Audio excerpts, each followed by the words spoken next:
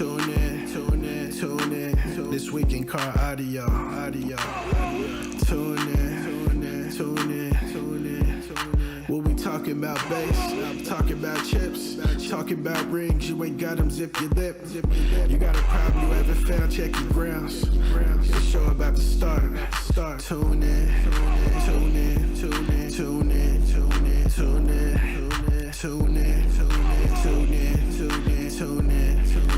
This week in car audio. Yeah. Tune in. This week in car audio.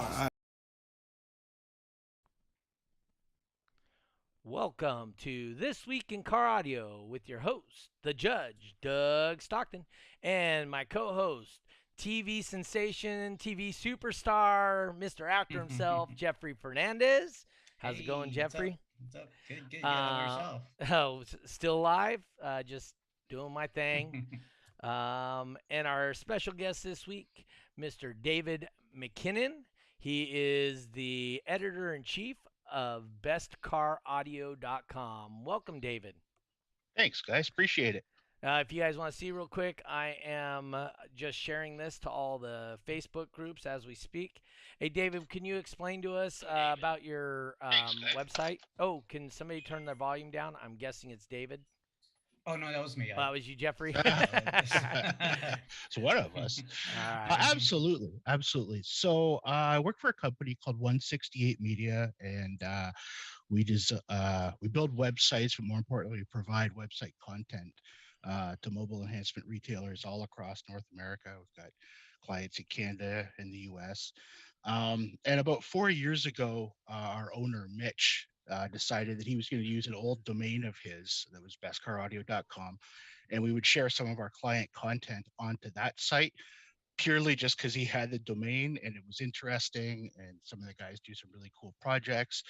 And very slowly but steadily it evolved into me creating custom content for the site, and then vehicle features. And basically about 2 years ago, we kind of realized we turned it into an online magazine for car audio. So that's what it is. A silly online magazine for you kids that don't know what a magazine is. Way back in the days, we used to get these pieces of paper that they would mail us, and inside of them was pictures and articles. Exactly. Those were called magazines. That's it. And I've been in the industry for a long time, since around 1988. And I did work for one of those old-fashioned print magazines for many years. I was the technical editor of Performance Auto and Sound magazine from, I forget when it started, 99, 2000, something like that, for about 10 years. So I did 400 product reviews and thousands of articles about performance cars, show cars, car stereo cars, model interviews that weren't actually interviews. So it's all sorts of neat stuff. So what was it then? Yeah. Don't ask. You don't want to know. So, never saw them, never met them. So we can tell by your boot that you must be way northern United States or in Canada. Yeah, I am in Canada. Yeah, I'm in Burlington, which is basically between Buffalo and Toronto, right at the tip of Lake Ontario. Oh, you're way over on the other half of the world. Yeah. It's good and cold. It was snowing yesterday, but it was all right today. So, Yeah. Actually, I was driving back from Reno yesterday, and it was snowing on the hill. Oh, yeah. Over here in California, we haven't had snow, rain, nothing for like 2 weeks. 2-3 weeks, and then all of a sudden I'm just driving home and all of a sudden it's just snow flurries. I was like, wow, it's been a minute since I've seen those. Right. It's nice when they're a change. After a few months of it, novelty wears off. So it does. Yeah, you can only build so many snowmen, right? Right. Yeah, absolutely. So I did ask the people if you guys are interested and have any technical questions. I threw it out there, and just to say, hey, do you guys have any technical questions that you guys would specifically like to ask him? Can you tell us like just some of the general tests that you've done, Mr. David? Sure. So my favorite thing, honestly, to test is amplifiers. And there's a really short, well, I can make it long, but we'll keep it short story. I've worked for distributors for many years, throughout my career. And people always ask, how does something sound? Is it good? Is it this? Is it that? And because of my background in reviewing products, I just can't give an answer unless I've tried it.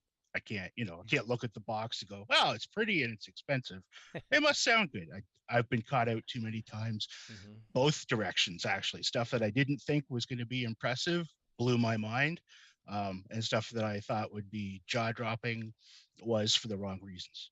So a friend we were distributing a line of amplifiers, and lots of our dealers was like, so what do you think? What do you think? What do you think? I'm like, well, they're special orders. I don't have any to play with. Let me see what I can find out. So a friend lent me an amplifier, very nice, big 4-channel, class A, B, full range. And I listened to it on my reference speakers with my reference source unit, and it sounded awesome. I could listen to it I got to listen to an entire CD instead of, this part of this track, this part of that track. So it was all done. I was happy. I'm like, yeah, I could confidently say this is a good product. I like the sound of it. And I sort of remembered, oh, well, I should compare it against my reference. So I set up my reference amplifier and had a listen, and the two couldn't have been more different. We'll call it the sample amplifier, was nice and warm and enjoyable. And my reference amplifier it's best described as like violently accurate. So snare drum hit or rim shot, like you'd wince and jump. And that got me started on trying to figure out, why? How could I measure? How could I quantify this difference in not necessarily perceived quality, but audible performance? So since then, I've invested a lot of money, too much money, in amplifier tests, equipment, procedures, just to try and quantify, what did I hear and why are they different? So I love testing amplifiers. Actually got a new 3rd generation of an audio analyzer today. So I can test distortion and signal to noise ratio and intermodulation distortion and all this stuff. And its specs are good enough that I probably won't have to upgrade for a while, but I love testing amplifiers. So that leads me to what I was going to ask you anyway, is so you have those 2 different amplifiers. Now when you test them, are you testing them on a bench in a laboratory type setting? Are you testing them in a sound room? Are you testing them in a car? Where are you doing these tests? So I do, just because my current car, it's not an easy car to upgrade. It's got, they brand it as, I forget what brand it is. Anyways, it's a Harman Logic 7 system. So there's 15 channels of amplification, and it's most fiber optic front to back. And there actually isn't a radio. There's a CD mechanism and a display and a controller, and the antenna and tuner in the trunk. And there's another display in my dash. So there really isn't a radio to upgrade. So I gave up on, if I couldn't do it right, I wasn't going to do it at all. So I have, reference home audio bookshelf speakers that I've used for 20 years. I use those in my listening room, and I have amplifiers and subs that I know what they sound like, so that I can hear differences to other stuff that I'm reviewing, or friends send me, or manufacturers send me, or whatever. But I'll test first and get power, distortion, efficiency, gain, idle current, black current, all the parameters. I do that first, and then I'll have a listen, and see, then kind of while I'm writing the review, I'll see if they correlate. And so far, 100%, it all, there's an explanation for everything that I hear, which is nice. Weird science where you create a hypothesis. You got it. Then you test your hypothesis, and then you come up with a conclusion. Kids, better listen. I'm just saying. I mean, my wife teaches that in 5th grade, right? Oh, that's awesome. You know what? There's some car audio guys that need to hear that, and I love them all. And I love, it's called the scientific method, right? But I Yes. do love the brute force trial and error attempt as well, because if you're paying attention, you learn stuff you didn't know. But if you Yes. take that moment to, hey, why did this happen? And do some measurements and do some really simple calculations. I bet you there's a scientific reason for it. Yep. But that applies to sound quality and SPL and whatever else guys do with their stereos. All right. So just quick shout outs. I got Heather Stockton, Mario Anthony Perella. I got Pha King Good watching. Hi, Fa. Yeah, so Fossa was what's up, guys. We got Perella. We got Steven Takas. Steven. Yes, Team Mini. Team Mini there. He's check us out. Manny Lob. We got Woody McDonald. He's watching us on both Facebook and YouTube. Moises Alejandre, Manny Alejandre, Sayavake, Jeffrey Corsi. Yeah, Tanya and Mike Jones, Nick Semino, all these people. A Nick's fellow a local Canadian. boy. Yeah, that's what he says. Yeah, Some kind of local fellow boy. Canadian, Yeah. Yeah, buddy. How's it going, Nick? Steve Willis in here watching. That's a couple of world champions and whatnot. Not too bad. Yeah. Yeah. Just real quick, Steven Team Mini does have a question over on the Facebook side. Says paper versus other materials and components. Is there something better or worse, or what's your thoughts? And That's you know what? Every question's a can of worms. yes, sir. So my open what's up. the word I'm looking for? We'll call it just opinion. The best speakers I've heard have all been paper. Yep. Paper. But that honestly doesn't seem to be the deciding factor in speaker quality, because there are some very good composites and poly and whatever drivers, Ribbon. yeah, all sorts of great stuff. So while you're at it, do you like the titanium tweeters and stuff? you know what, so my answer is anything executed well is better than something executed poorly, especially when it comes to materials. So like titanium, right? So when I was manufacturing car audio, we brought in some titanium, and man, they were just harsh for me personally, right? And, yeah. And it's 100% of what you like, and because sound is 100% objective. It's not what Jeffrey likes isn't going to be perfect for my vehicle, because it's what I like is going to be for mine. I mean, because out here in California, we've had some people, I mean, just screaming heights. I don't know if you've ever been to Slamology, those guys riding around, and they're I've using seen PA enough horns, videos, right? Yeah, exactly. And they've driven by local shows. Yeah. So with speakers, and again, everyone that's on here that knows me knows that I take pride in being a geek. There's no hiding it. The true measure, measure is not a good word. The hint as to how good a speaker is has probably more to do with the motor design and the surrounding components, and then the suspension, then the cone material. So drivers with aluminum shorting rings, copper caps, flat spiders, those things. So far, again, and we're talking about recognizing patterns of, hey, and I heard this and then I measured it, sounds good. They keep winning out. So yeah, and there's not a lot of companies doing that stuff. But ultimately, yeah, linearity. I've got an article I'm working on. I think I'll start it next week, and I've been putting it off. But speakers produce a stunning amount of distortion, and I think it'll be interesting for people to see. My plan basically is, I'm going to set up a mediocre or a cheap speaker, and we'll just increase the volume and do sweeps, and I can measure how loud the harmonic distortion, intermodulation distortion is at volume levels. And so it'll just show, here's what an inexpensive driver does, and here's what you get when you spend 5, 10, 15, I don't know, lots of money, thousands of dollars on a component set.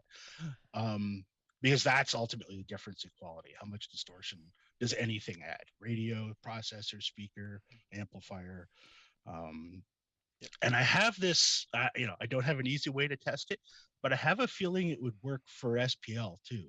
Because, snooping around, seeing some of the drawings I have, yeah, it almost worked. If you put power into a sub and there's distortion from the amplifier or from the speaker, it's creating audio content that wasn't in the original recording. Well, if you're trying to get super loud, don't waste energy producing stuff that isn't going to be measured. So Yep. I think all of that's going to kind of get highlighted over the next few weeks. Okay. Kind of dove deep on that. So I will say, in my own testing that I've done, I do find install is the key component to any system. As Sure. far as making it sound good, because like you said, you could take Rainbow or Klipsch, or you can take these best speakers in the world that people acclaim, and you hand them to some 14-year-old that's never installed anything, Right. and you might as well go down to Walmart and pick up a $40 pair of Pioneers and just free air them in your map pocket in your doors. Right. And yeah, those Pioneers installed on composite panels with sound deadening will trash anything hanging out of the storage pocket or sitting on the rear parcel shelf of a Monte Carlo. Exactly. I mean, like Mark Fukuda. I don't know if you saw the little videos I saw of Mark Fukuda's setup and his car at what was that thing called, Jeffrey? They were at. Do you know? It was kind of like Knowledge Fest. Knowledge but it was, Fest. it was There's the Master Tech. It was Master Tech, right? Yeah, Master Tech Expo. I mean, you could take the cheapest, crappiest components and stick that within that vehicle, and they're gonna sound absolutely amazing. Yeah. But yeah, what you do with it, and then another thing that I've sort of, I don't know, brainwashed, convinced, blackmailed, bribed, I don't know what the right word is, but try to get some of these SPL guys to get into DSP because they do drive the vehicles, and the guys that have that dove in head first, they're they're turning into SQ tweakers, even though the car has a pair of 15s on 5,000 or 6,000 watts and does 157. Right? 5 or 6,000 watts. What do you mean, per coil? Well, not in this particular, I'm thinking of one example, but okay. Yeah, he's got great drivers and he's set up the DSP properly, and he does well in SQ competitions. He's got a soundstage, he's got imaging, he's got really natural tonality. From a pure SPL standpoint, on the mids and highs, you do throw away a little bit because if there's a peak, you're going to bring it down. Yep. If there's a dip, you'll bring it up, but a little more gently. But suddenly your music sounds like music. And I've heard cars where there was a big Cars and Coffee back when we were allowed to go outside 2 years ago, and some dude pulled up in it's a little Chevy. I forget, it's another brand of car that's rebadged as a Chevy compact. It's basically a Honda Civic. And from 500 feet away, it sounded great. It was clean. It was it's like there was girl a ton at of the end of the bar. Yeah. Right? Yeah. Well, it looked, it actually looked really good up close too. it was too loud for me up close. So yeah, I got to protect these ears. They make me money. So for me, I did some install stuff on a 77 Trans Am. And I was 15 years old. I didn't know any better. I had 6x9 TS 6909s in the back. I had two 12s, two 15s, and I had two 15s facing up and back. I had 212s stacked on top of 210s, because at that time I was like, well, you need to have all these different size drivers to get all the different frequencies, No. right? Right. So I was right. only Yeah, 15, man. right? You weren't alone. You were not I, alone. You're still not alone. and remember, Yeah. this is like 88, right? Yeah. So 87, 88. And Eminem Godfather. Mm-hmm. I had the Hyphonics amps, the Odin, the Cyclops, and then I had the Punch 150 for the Right on. 15s because I need the big amp for the for the 15s. Anyway, one thing I did learn though is because I tweaked, that's what we do, right? We go to excess whenever we do something. Um, you know, essentially I put a wall in a 77 in a Smokey and the Bandit Trans Am. So, but I like it. I totally like it. yeah. So, but what I ended up doing is I encapsulated the 6x9s, built not boxes, but I made them like a sound deadening enclosure around them. Sure. And it changed the dynamics in that car. Oh, and then I added a Kraco amp EQ booster to them. So, All right. so actually in the Hell's Bells in the cassette tape, because back then we had cassette tapes in the cars. That's right. So in the cassette tape on Hell's Bells, you can actually hear the strike of the stick against the edge of the cymbal. And, Right on. And that was a different experience for me because I've just been listening to loud music prior to that, and then I started adding some sound up front. They have a big old 5x7 or something in the dash, so I fixed that and got that working. And so I added a little bit, but that was, I wouldn't call that sound quality what I was doing, but for a 15, 16-year-old kid, that was actually pretty cool. And For sure. and got to hear And it's some cool neat. stuff. It's neat. You think about, controlling what was happening to those 6x9s. So the subs suddenly weren't pushing on the back of the cones. Yep. And, you gave them some hope of sounding good, and there was a reward. Right. Yes. And I wish I knew now, or I wish I knew then what I know now, but my first audio system, Alpine, and I had the part number the other day, but it was a dual voice coil 6x9 from Alpine, and it was powered by a half-din 2x25 watt amplifier. Okay. And I put it in my dad's 84 Chrysler Daytona, and it did something, but now looking back, it was in the wrong box. It was in a little wooden 6x9 box, not as small as the wedge ones.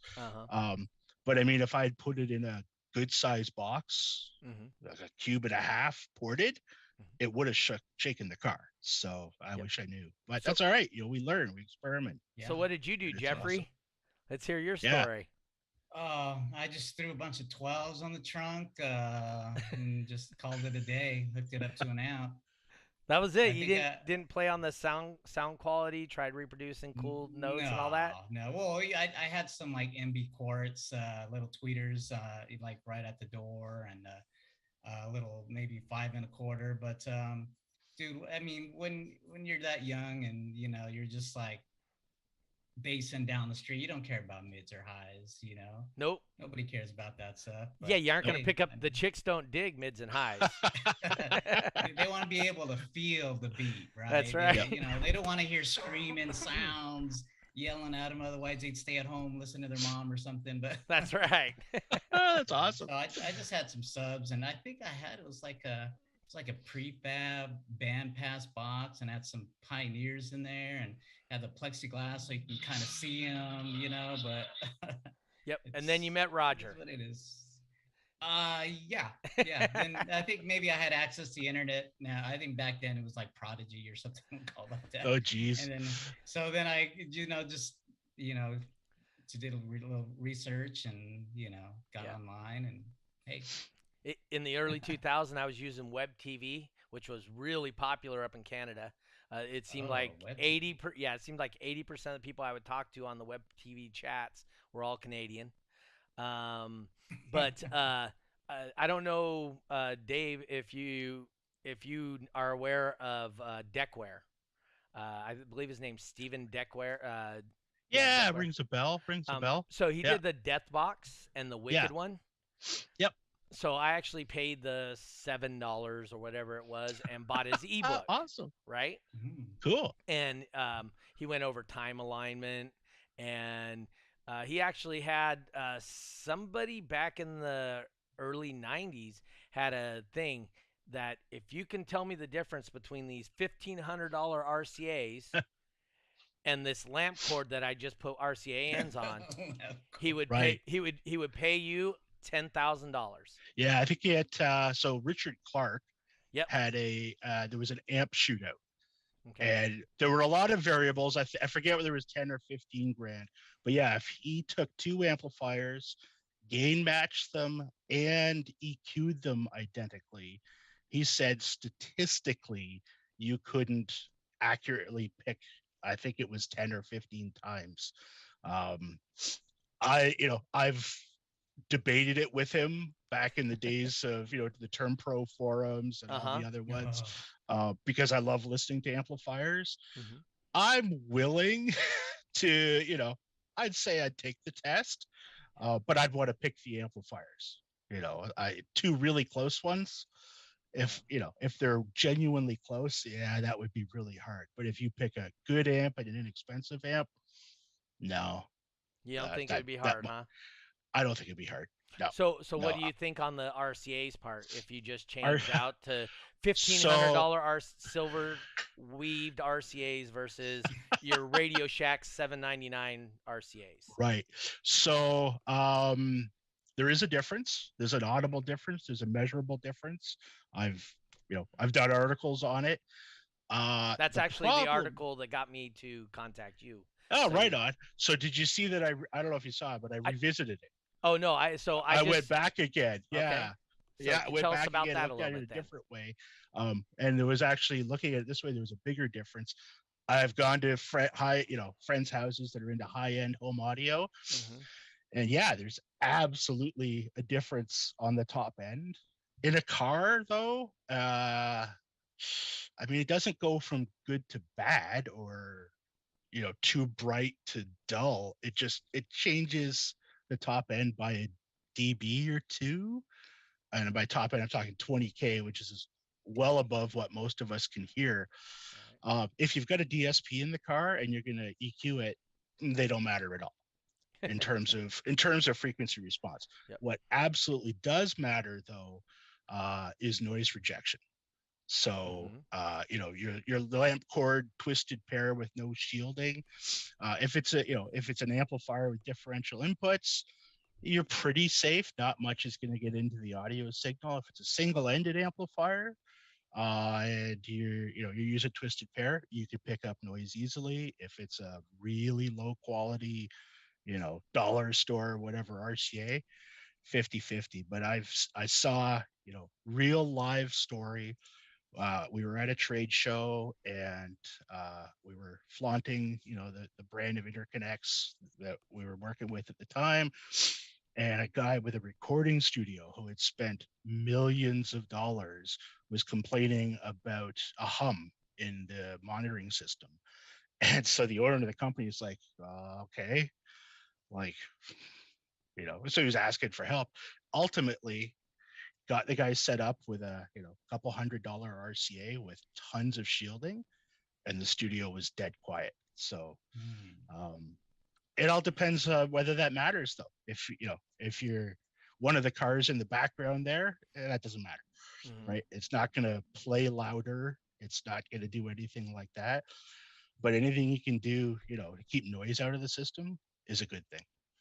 So have you tested? So here's one of the, we'll say the better knowns, in at least in the SPL world, is if it's the distortion that kills a sub. Have you tested that? Were you like in my house earlier today? So I've just finished. I was talking about this morning for the past 5 days. I've been working on like the mother of all articles, talking about whether it's distortion that kills speakers or not. So anyways, everyone's got to wait about 3 weeks for that to come out. No spoilers.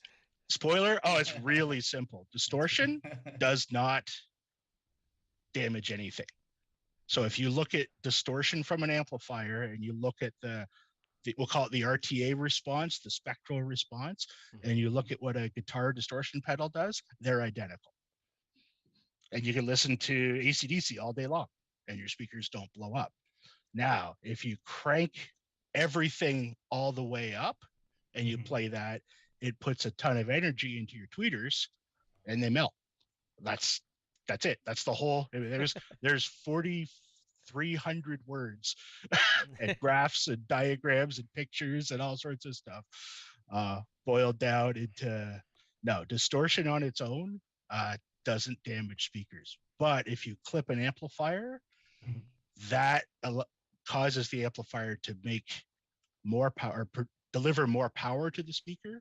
And that definitely does. And a lot of it's higher frequency energy. So if you have a small driver, or a mid, a tweeter, whatever, they can't handle it. And what a lot of people don't know, and this is also in the Monster article, is that the way they measure speakers, especially smaller ones, believe it or not, let's say there's whatever, 100-watt mid-range driver, right? A Pro Sound mid-range driver. It's designed to play from 300 hertz up, and it's rated for 100 watts. At no time during the testing does it ever see 100 watts of power. It'll see pink noise at a level equivalent to 100 watts at the loudest frequencies, but pink noise, where am I? Tilts down like this on the top end. So you're down 10 dB. So 100 watts is now 10 watts. Yep. And if you just think about it, look at the size of the voice coil on a subwoofer, right? They're, 4 3, 4, inches. 5, Yeah. 6. I don't know. I don't know what the monsters are anymore. What And are you we look at, at the Jeffrey? little- 4-inch? The biggest I've seen are 4, but I know they go bigger. Yeah. Yeah, Well, I've unless you're seen Richard Clark, right? Yeah. Then right, you use right. a servo. You don't even use voice coils anymore. You just servo it. Yep, exactly. But you look at how big they are to handle, and we don't have to talk about 5,000-6,000 watts, but a 3-inch sub with a 3-inch voice coil is rated for 750 watts, right? And a sub with a 2-inch voice coil is rated for 300 watts. Well, how is a 3/4-inch voice coil, on an inexpensive 6x9 supposed to handle 400 watts? That's just what you It put doesn't. into it. No, that's Well, you just keep once. putting them into it. Yeah, it's awesome once. It's like wicked. It's really cool. Then the smoke comes out, Yeah, the magic and poof. then the magic poop, and then they get sent back to the manufacturer as defective, even though you blew it up. Yeah. Anyways, Yeah. Nobody does that, literally, right, Jeffrey? I've heard stories. Yeah, that was. I've heard it all pretty much. That was this morning. The first conversation at Facebook this morning was what we just talked about, including pictures from friends who are manufacturers, whose speakers come back and half the voice coil bobbin is broken off and melted, and that was defective. Yep. He had 3 times the rated power on it, but it was defective. I really liked when I was manufacturing subwoofers. You get them back, and the surround would be slightly torn, and Slightly. Yeah, and the bottom of the voice coil former would just be smashed. Right. And they're like, no, I only ran 100 watts to it. I don't know what you're talking about. Yeah. Or screw holes. I mean, right you through. guys, yeah, right through a bit, 30 whatever years of doing this. I will fully admit I've trashed a few. Some we got away with fixing. Well, usually we just call the distributor and say, listen, we screwed up.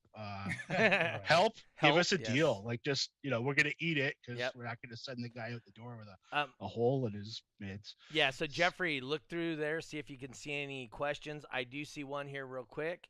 Nick Semino, your local Nick. Canuck. Yeah, he wants to know, how about speakers with ferrofluid? So your thoughts on ferrofluid? Yeah. There has been a bunch in tweeters. It was pretty popular because they don't have a lot of dispersion. Somewhere in the house, and I should dig it up. I have one of the 10s out of, was it the first? I forget whether it was the first or second year Elma Gates competed in the Bronco. So a Okay. sub blew, and I managed to get the voice coil assembly. And yeah, they used ferrofluid on that. So On a sub? on a sub, Okay. yeah. Now it was a unique design. There was supposed to be an underhung voice coil. The Pro So- 10s were. Hold on. So just Yeah. so people can understand, not all of our audience is super All technically good. savvy. Like Jeffrey, I don't even know if Jeffrey understands what an underhung versus an overhung coil is. Do you? You could say no. Did you just say No. hung? Yeah, hung? hung Hung, voice that's your coil? cousin? I think that was a movie I watched the other night. No. Whoa, overhung, starring Jeffrey Please. Fernandez. That's it. That's it. Please explain this hung theory. This hung voice for coil. us- All right, for us I'm guys. expecting this on a T-shirt. Okay, so in most subwoofers, the magnetic gap, so where all the magnetic energy is in a plate of varying thickness. In a speaker, it's maybe 1/4 of an inch. In a sub, it might be 1/2 an inch. And then there's a really tall voice coil. So the magnetic gap is here, and the sub moves up and down, and all of it stays within the coil. If part of the sub goes out of the coil, Drops the gap. well, yeah, starts to, first of all, distortion goes through the roof, efficiency goes through the floor, and all bad things happen. In an underhung voice coil, you have a really tall gap and a really short coil, and it moves up and down. So it's not an SPL thing, because no one makes a 4-inch tall gap or anything like that. So it was supposed to be a really small, light, low inductance coil, so the sub would be tight and musical and all And those super things. efficient, right? Pretty efficient. Well, that's yeah. what the goal you was, lose right? You lose some efficiency though, because you have this really short winding. Right. Anyways, the sub that came out of Alma's truck was not underhung, but it also had a tall gap. So anyways, it was bathed in ferrofluid. I think the short answer is, in an application like that where it's a purpose-built driver, they're really only going to do one thing, it's probably fine. In the real world, I have a feeling, and I'm hypothesizing, is that you might run into really bad temperature problems where the ferrofluid would get really thick when it's cold. And I know there are sub brands that don't work well in Canada half the year. And it's just, there's no ferrofluid, it's just materials. The rubbers change a lot, whatever fibers are in the surrounds change a lot. And yeah, for an hour when you turn your system on and you're just cruising to work, not beating on it, they don't sound that good. So but I mean, ferrofluid, it can increase efficiency because it helps conduct electric flux. It'll just help take heat away. It's worth trying.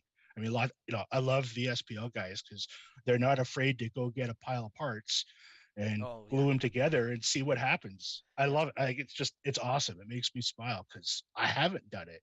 I think it's really neat. So see what happens. Fill one with ferrofluid. Don't get it on your hands or your clothes. Dude, that stuff stinks so yeah, bad. Yeah, it's all bad when it's in the wrong spot. It'll probably splash everywhere. Yep. But if you got to win that last round and the ferrofluid set are sitting on on the floor ready to go, load them up and see what happens. Like it could make a difference. You catch any comments or any questions in the comments section, Jeffrey? Well, I had a question. Oh, go ahead. Dave, you mentioned a lot about measuring amplifiers and such. Yep. What would you say would be the essential measuring equipment? Say somebody would need in order to do this at home, do it at the shop. What would be the most essential equipment? So, I mean, honestly, the easiest way is buy the SMD IMM1.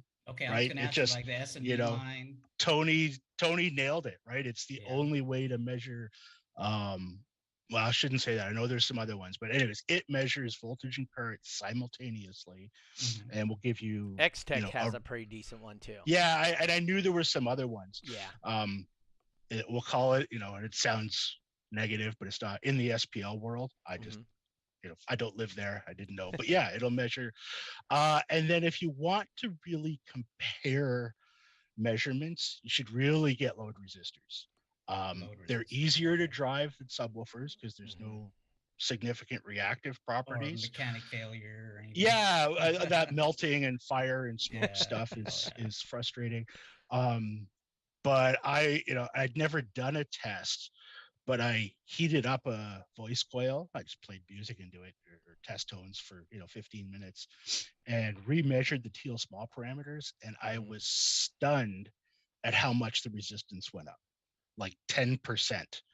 So it's, if you try to compare amplifiers, you can't have that. It's got to be you're looking to compare. You got to have And a then base load, right? Your base yeah. load's got to stay the same. It's got to Exactly. all that Ideally, stuff. you want your voltage to stay the same, but that's expensive. So you either have way too much battery and alternator in something, or way too much lithium, money baby. invested. Yeah, Lithium. lithiums. Yep. Those, game changer, total game changer. Absolutely, it holds the same voltage for so freaking long. Yeah, versus it's gel cell and whatnot. Yeah. So like, say a guy with a. Oh, sorry. Go ahead. Jeff. No, go ahead. Oh, I was just thinking, like, how about a guy with an O-scope in their garage? Would What's that? Be the end in itself? You know you what? can set your gains, but you can. I mean, it doesn't tell you the current, and if you're on load resistors and you've controlled all the other variables, it's going to give you a pretty good idea. It's better than nothing. It's better than guessing. It's better than trying to watch a digital meter flash around or take peak readings on a digital meter. I'd rather use a scope where I could really accurately measure a voltage. But you gotta control everything. So in my reviews, and I don't get into really big stuff, I've only got 160 amps. I know that's like deck power to the SPL guys, but I only got 160 amps of power supply. And I got lots of resistors so they don't get hot. But I measure the voltage and current going into the amplifier, voltage, current, and power with an IMM coming out of it. I keep an eye on the temperature of the resistors. People are relying kind of on what I come up with, to be honest, and repeatable. But I do measure at what I just call it a low and high voltage. So I'm using a pair of Stinger power supplies, and they have a charge mode. So I hit basically the turbo button and the voltage jumps up, and I take the measurements again, and I repeat everything. The trick is deciding when are you at a repeatable power reading. So my audio analyzer flat out says 1% or 1.00 or 0.99 or whatever, THD or THD plus noise. That's super hard to repeat any other way. So you decide, I'm always going to test with, let's say 60 Hertz. You decide, okay, I'll have this waveform with this much flat spot on it. You're probably within a couple percent of 1%. But I mean, you could cheat. You could turn it up a little bit more and go, look, I got more. But all your efficiency numbers go out the window. So trying to recreate like the CTA 2006 standards, which is what I lean more towards, especially with our advertisers, totally different than, which of these surfboard amplifiers makes more jam. So yeah, a scope, if you've controlled enough, totally work fine. Even a voltmeter, if you use 60 Hertz, they're pretty accurate. But you got to watch it. The 2 meters, one doing current, one doing voltage. On a speaker, no way. On a load resistor, maybe, but too many variables. All right, now I'm gonna set him up for what all us SPL guys. If you are an SPL guy or you're new to installing stuff, I want you guys to pay particular attention to this question and this answer. All right, before when I talked to you about coming on the show, we had a minor talk, and I honestly tried to keep it minor because I didn't want to hear all your information. Because if I don't believe you, I mean, you can ask Jeffrey. He's seen enough of these where I'll actually challenge what you have to say if it doesn't pass the BS test, right? Yeah, I like it. So, with that being said, efficiency versus ohm loads. Right. Go for it. Cool. All right. So I've tested a lot of amplifiers. We needed like a general overview of what we're going to discuss. 300 or 400 of them of Yeah. various size. So the way power dissipation works, it's the square of current. It's I squared R. So if Math, you baby. increase, right, it's kind of this back to these laws and physics and whatever. Yep. So every little part in that amplifier, in the power supply, through the transformer, through the output switching devices, if you increase the current requirements to the load by lowering the impedance, those devices get hotter and waste more energy. Yep. Okay, so yeah. real quick, just so like I said, I got to help bring some of these people Yeah, along, man, right? go. So you got to create power. Power is an equation. The equation is voltage times amperage divided by impedance. So the impedance would be the driver. The voltage would be what your battery supplies it. Battery, right? Right? Yep. And then your amperage is what your alternator or your battery is going to supply. But those things have to equal. Your amplifier always wants to put out, say, 100 watts. So depending on what that impedance is, it's going to adjust the voltage and amperage to match. And then within the voltage and amperage, whatever it takes. If your volt's low, then it's going to raise your amperage. If your amperage is low, it's going to raise your voltage. So that's kind of what he's talking about. You have, for like geeks like me or whatever, right? Imagine you have 100 hit points in Dungeons and Dragons, right? You only have those 100 points to do whatever. So say you're playing Street Fighter, Jeff. I know you're a real life Street Fighter, but your guy has certain abilities and he's lesser in other abilities. And as you're playing the Street Fighter video game, you can pick E Honda, extra strength. You can pick, Gwai-John or whatever his name is. He's got extra speed. So you have to decide how you're going to get that power. Now, like I said, there's differences. If you have a high current amplifier, it's going to have a low amperage. It's going to need to run it. And if you have a high amperage amplifier, it's going to need lower current. That's how you get like the regulated power supplies. It relies more and switches up the amperage doesn't care what the voltage does. It's going to jump around the amperage a lot to make it match the voltage. Yeah. So anyway, so hopefully I explained kind of where you were going with that, but please continue. No, all good. So, I mean, if we'll simplify it, sort of, let's say, to paraphrase what you're saying, and we'll use round numbers. If your battery's at if you get 10 volts at the amplifier and 10 amps of current, you've got 100 watts. Yes. Right. If you've got 20 volts, you only need 5 amps of current. Mm-hmm. Some guys maybe can get 20. I don't know what the rules all are. That sounds a little high. But that's how it works, right? Current times voltage. So when you're drawing 10 amps of current through a wire, putting it through a voice coil, putting it through a transistor, a MOSFET, a resistor, an inductor, a diode, a whatever, they all make heat, right? And the heat comes from the current. So more current means more heat. More voltage doesn't, there's a tiny increase, but it's minuscule versus almost a 1-to-1 ratio for current. So, DC versus AC, right? If you guys have ever seen the Nikola Tesla versus who is the other guy? Nikola. Nikola Tesla and why did I just not Einstein? Dude, he's like the most famous scientist. The light bulb. Steven. The light bulb guy.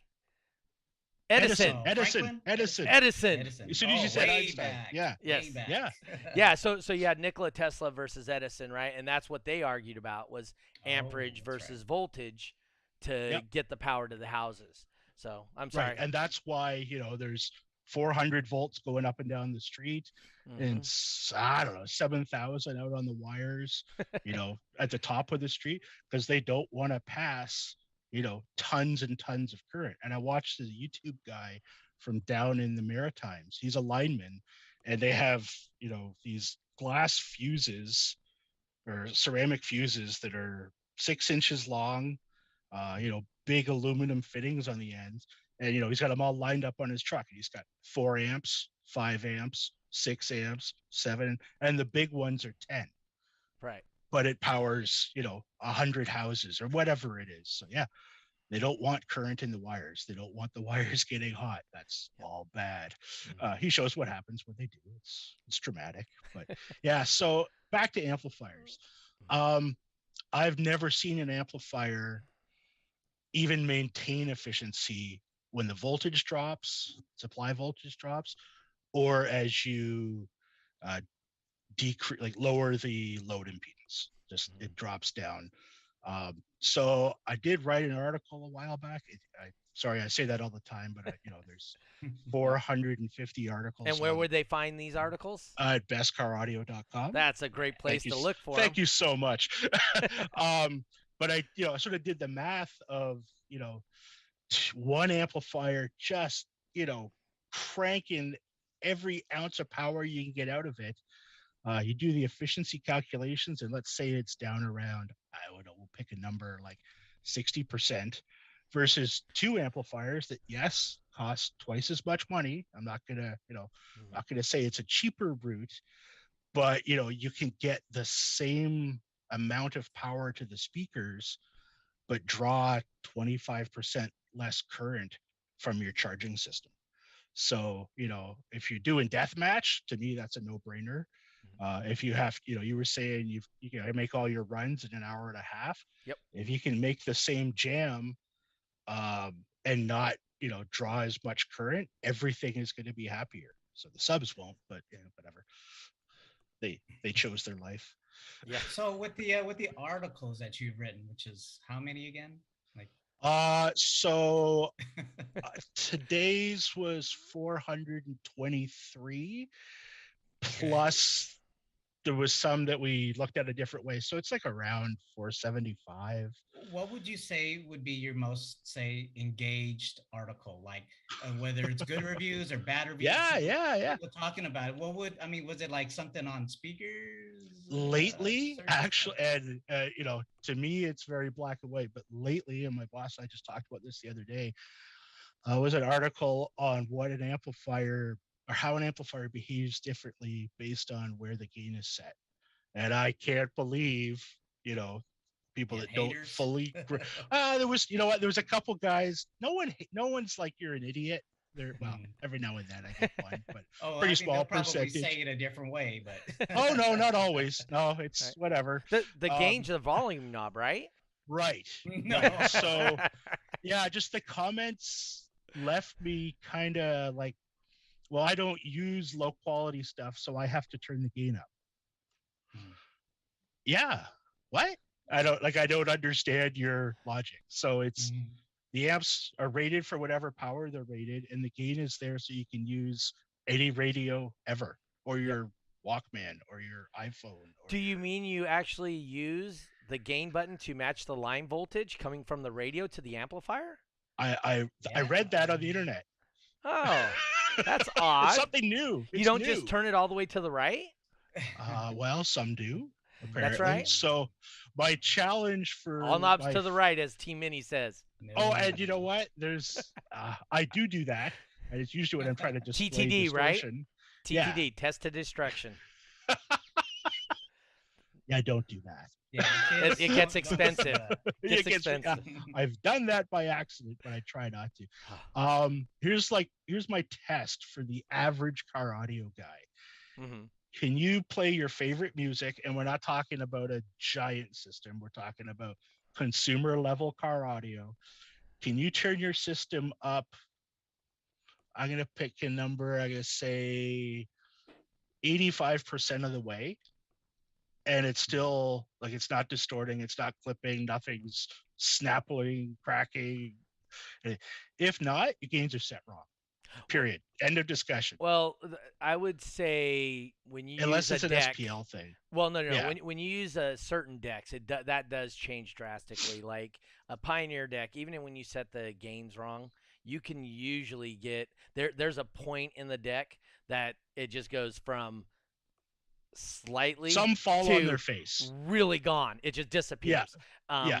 I tell people all the time, you should never turn your deck above 3/4. If you're turning above 3/4, you got some settings that are just so out of whack that you should never. Your deck should absolutely max out at 3/4, and then because once you hit to a point, it's like an arc, right? So you're gaining, and then when you hit that peak, everything after that just becomes waste, and it starts dropping off performance. It can. Yeah. It depends on the deck, right? Yeah. So let's say, and I'm not trying to name drop or whatever, but I've got, got a bunch of Sonys and Kenwoods and Clarions around here.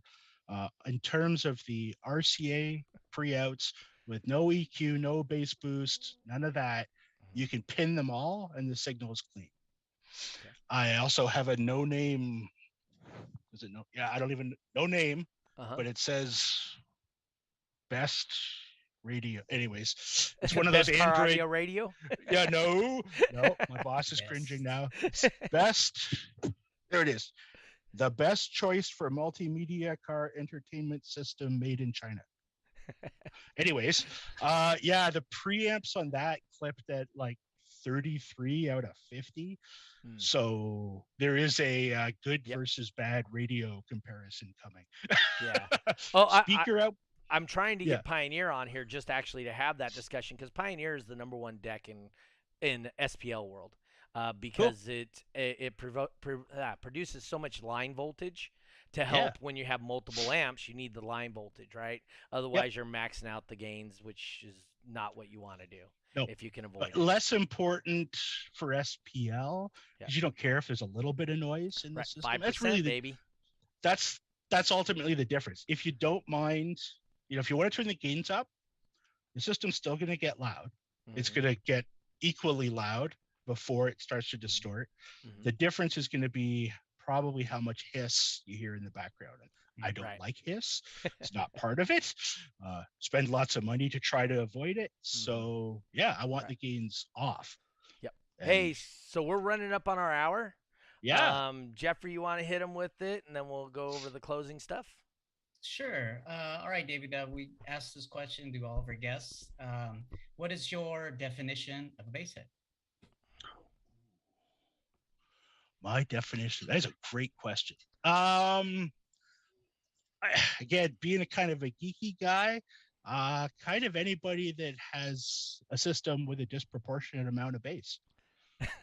That's real, does a piano sound like a real piano as it plays down below 100 hertz? If not, you're probably a bass head.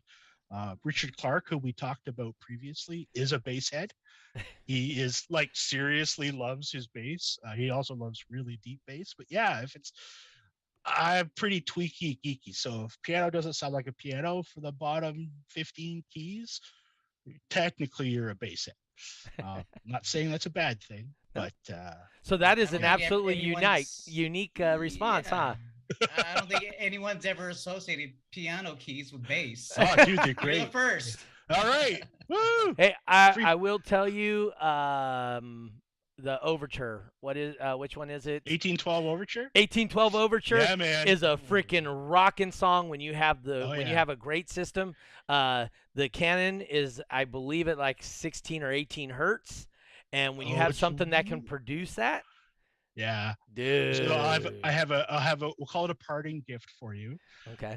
If you go to BestCarAudio.com, and that wasn't really supposed to be a setup, and you search for basshead songs. Okay. I did an article, and there are 10 songs, and I measured the amount of infrasonic content. Okay. In the songs. The 1812 Overture, I think, was.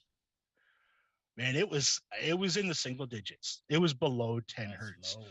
So it was really, really low. But where did that rank amongst your? Yeah, I didn't rank them. It was just 10 cool songs for my kind of bass head. I like stupidly deep bass. I don't need Yep. it crazy loud, but like infrasonic filters and I don't get along. I literally have taken them out of You amplifiers turn them off, because right? I like those, you know, single digits and teens and just kind of feeling the car breathe. That floats my boat. That's pretty cool. There you go. That's awesome. Yeah. All right. So, like I said, we ran up on our hour already. I think it was a great show with all you guys. I think David had a crap ton of great information. What do you got coming up coming up soon in your articles? And tell us again about how to download these articles and how do they Yeah, support you and what you do. sure. So again, the website is bestcaraudio.com. Um, there's product reviews on there. There's product spotlights, vehicle spotlights, and then just tons and tons of technical articles. So anything you're curious about, setting gains, crossovers, DSP, amplifier efficiency, how speakers work, how to buy a remote starter, things you can do with a remote starter other than remote start your car. Anything that a consumer would want to know, uh, basically to go into a stereo shop and buy more intelligently. That's what we do. That's the goal of my content, is to educate consumers, make them smarter about the purchases they want to buy, or teach them about things that, you know, that they can do. So backup camera integration or smartphone, you know, remote starters or heated seats. Or, I mean, it just goes on and on and on. So search for whatever you want, a Best Car Audio. There is a ton of information on there. In terms of teasers for what's coming up, yeah, I've got an article, and it's basically the myth of distortion damaging speakers. So I lay it out, and it's a monster. It's over 4,000 words, and it's super technical, but I try to keep it, you know, simple, you know, layman's terms, as it were. And let's what else? And I've got another review on some Rockford Pro Sound mid-range speakers coming up in a few weeks. So Okay. And so is that just a free magazine online yeah, or it's okay? all online. Okay. We have a, you know, we have a Facebook group as well. So whenever we publish online, we post it to our group the same day. So you just search for Best Car Audio, all one word. So get in there, ask questions. I you know, follow along and Okay. answer questions, and occasionally refute strange theories. But I, you know, I Or at want least people. test them, right? Yeah, well, and I learn stuff too. So Yep. I'm happy to learn. I'm happy to be corrected. And if I don't understand something and I learn something new, that's like the best day ever. So Okay. it works. Just so you know, the reason I ask about cost and all that is we have people that watch us in Germany and Brazil Oh, and right on. Barbados, Australia. So Cool. Yeah, no, it's just a website. There's no okay. cost. There's no login. There's nothing. You can get in there and search. You can think of it, you know, like a TSN sports or whatever. There's just thousands of posts, like a Okay. newspaper, but no subscription. Just get in there and read and search Awesome. and learn. And that's, you know what, if you do that, the traffic helps us. You know, we'll get more advertisers. I make Okay. more articles. Well, that's what we're doing this for, is to help teach people. Jeffrey, what you got coming up? I Awesome. see stuff right behind you. Oh yeah, I got a DB drag racing competition going on this Saturday, Crossfire headquarters over there, Grapevine, Texas.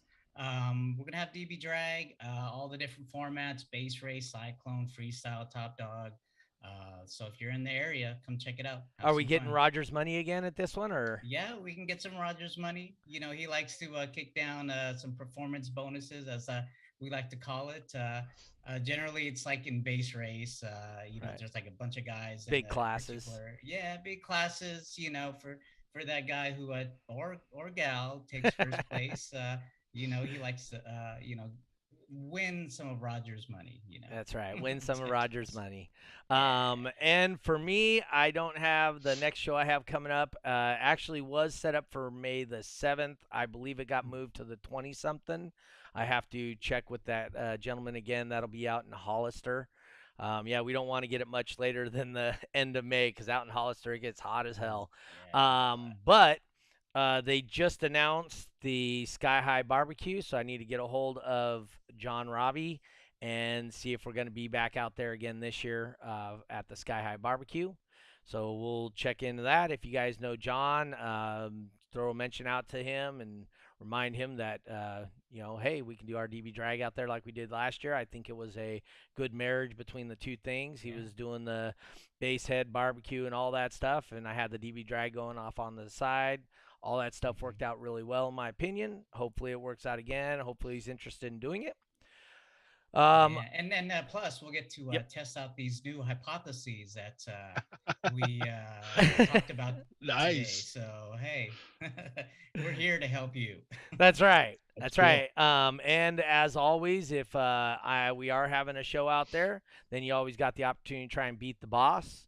I mean, I don't have a car. I don't test. I just borrow somebody's car, some random in the lane's car.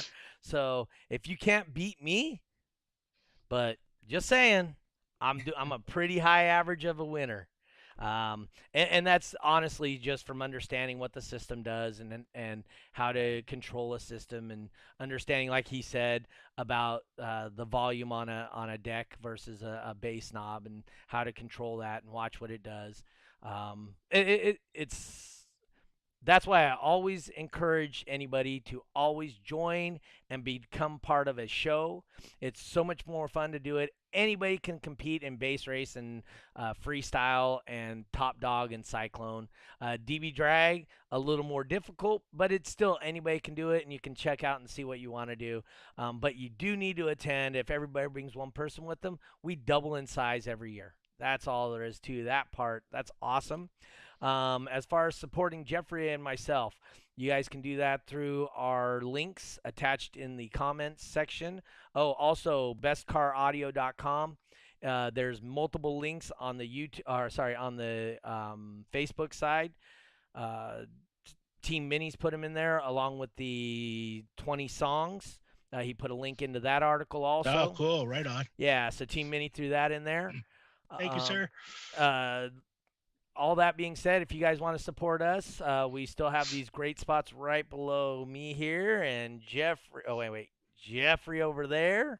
Right below you guys, both of us, there's a spot where we can put some sponsors.